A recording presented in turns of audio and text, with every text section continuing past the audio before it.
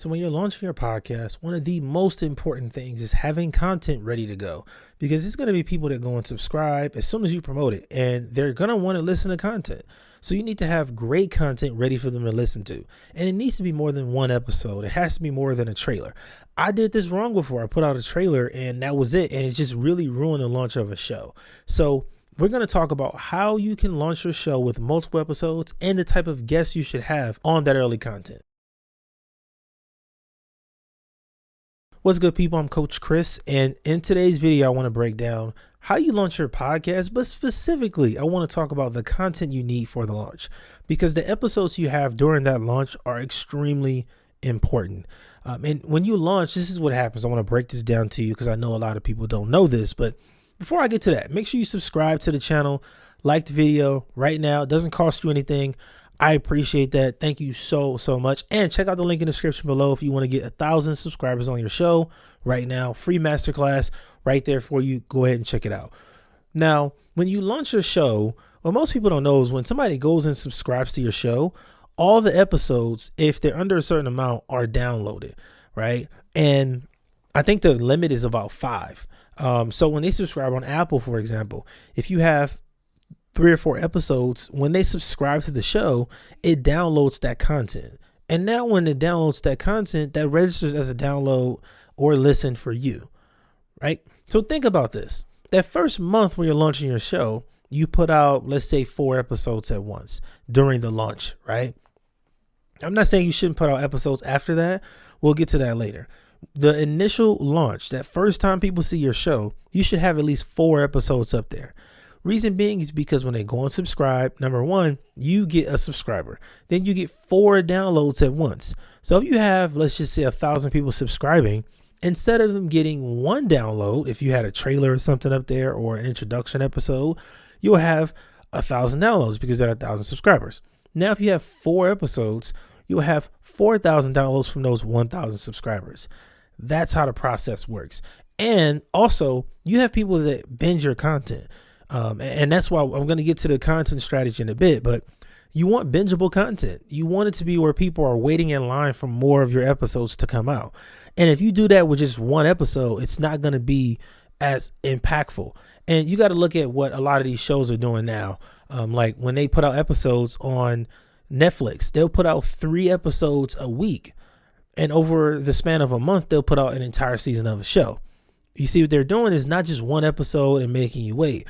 Do a batch. And that's really good, especially for launching a show that people haven't heard of, because it's going to be bingeable. They want to watch all of it. They want to see more. And then if they consume 3 episodes, that's enough. 3 episodes is enough. Like, okay, cool. I can wait for the rest now.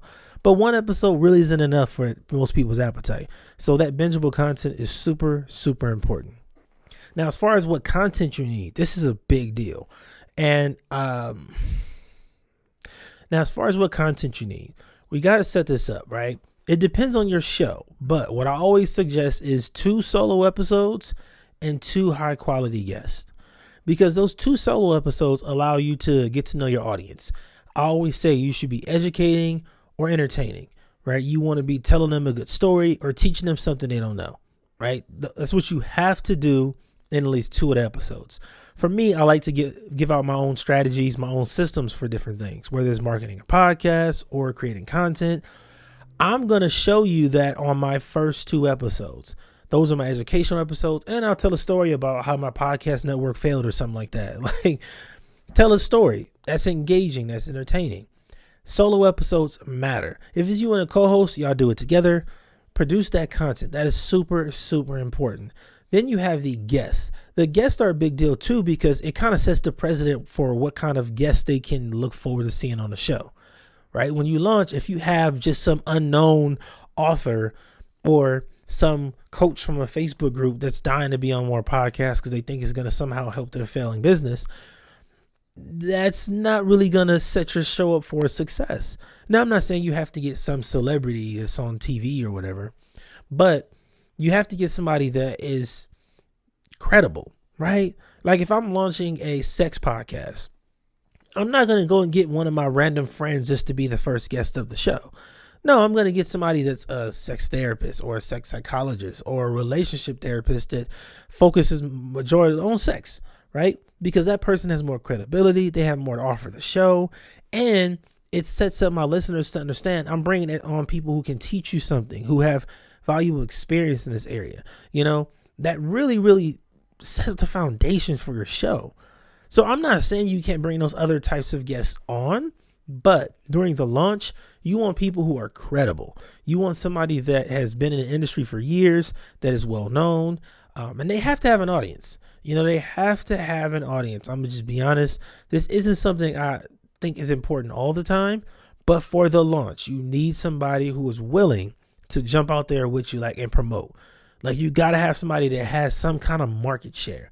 If they don't have an audience, they don't really have anything they can offer you, because most of the people, and I find this funny, now that I've been doing podcast interviews for so long, what I've learned is the people who don't have anything to offer usually don't even have an audience.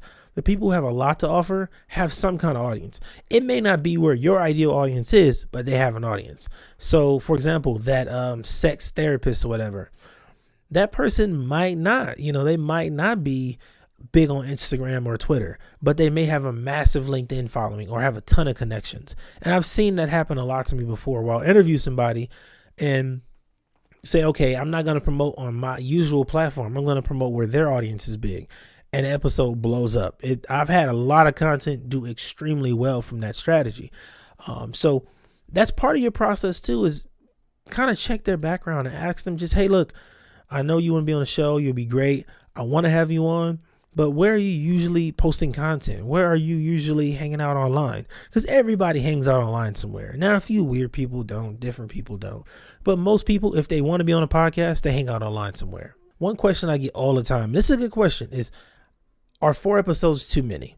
Now, I even get this question too, and I advise my clients to do 2 episodes a week. I get it. You might feel like you're overwhelming people with too much information, too much content. But that's only possible if your content is stale. If you produce content and it's the same thing over and over again, yes, it's boring. Like, if every week you're putting out an interview every day, that could get boring. It could get redundant. It could really dry up really quickly. I totally agree on that. No argument here. But I think most people ask that question out of fear because they don't think the content is going to do very well. And during the launch, when you put out those 4 episodes, the reason why I said it's a mixture of education, storytelling, high quality guests is because that's a lot of diverse content. It's not the same thing. If it was just 4 episodes of you talking to yourself, that could get a little boring, I'll be honest. But if you have on, let's say you do an episode on, but when you balance it out and you have different types of content, it's going to do very well, I promise you, because you're getting people engaged in different ways. They hear the story episode and they can relate to you more. They hear a guest and they learn something. They hear an education episode with a little bit of experience in there, so they learn something and they're entertained and they learn more about you. Then they hear another great guest. Now they're like, damn, I kind of like this podcast. That's the flow you want to have. That's the reaction you'll have when you launch with a balanced style of content. And I know it sounds like a lot, but it's really, really not. And you got to think of it this way. It's setting a foundation for your show, right? Because you put out 4 episodes to launch, and then every week after, for at least, I would say, the next 7 weeks, you should put out 2 episodes. Again, the reason is you're going to build that audience a lot faster. See, what most people don't know is we have over 2 million podcasts, but most of the shows on there don't produce content. They may do it once a month. Some people is once a week. Most people is once a week.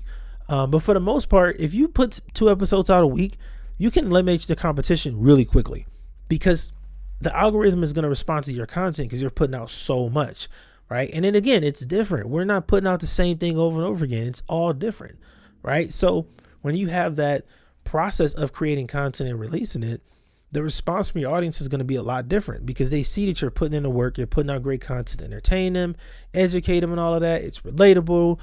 You're going to get a better response because now people see it as, okay, this person takes it seriously. They love it. Because a lot of podcasts we've been subscribed to over the years just disappeared and people quit because of the monetization. So we have an advantage now.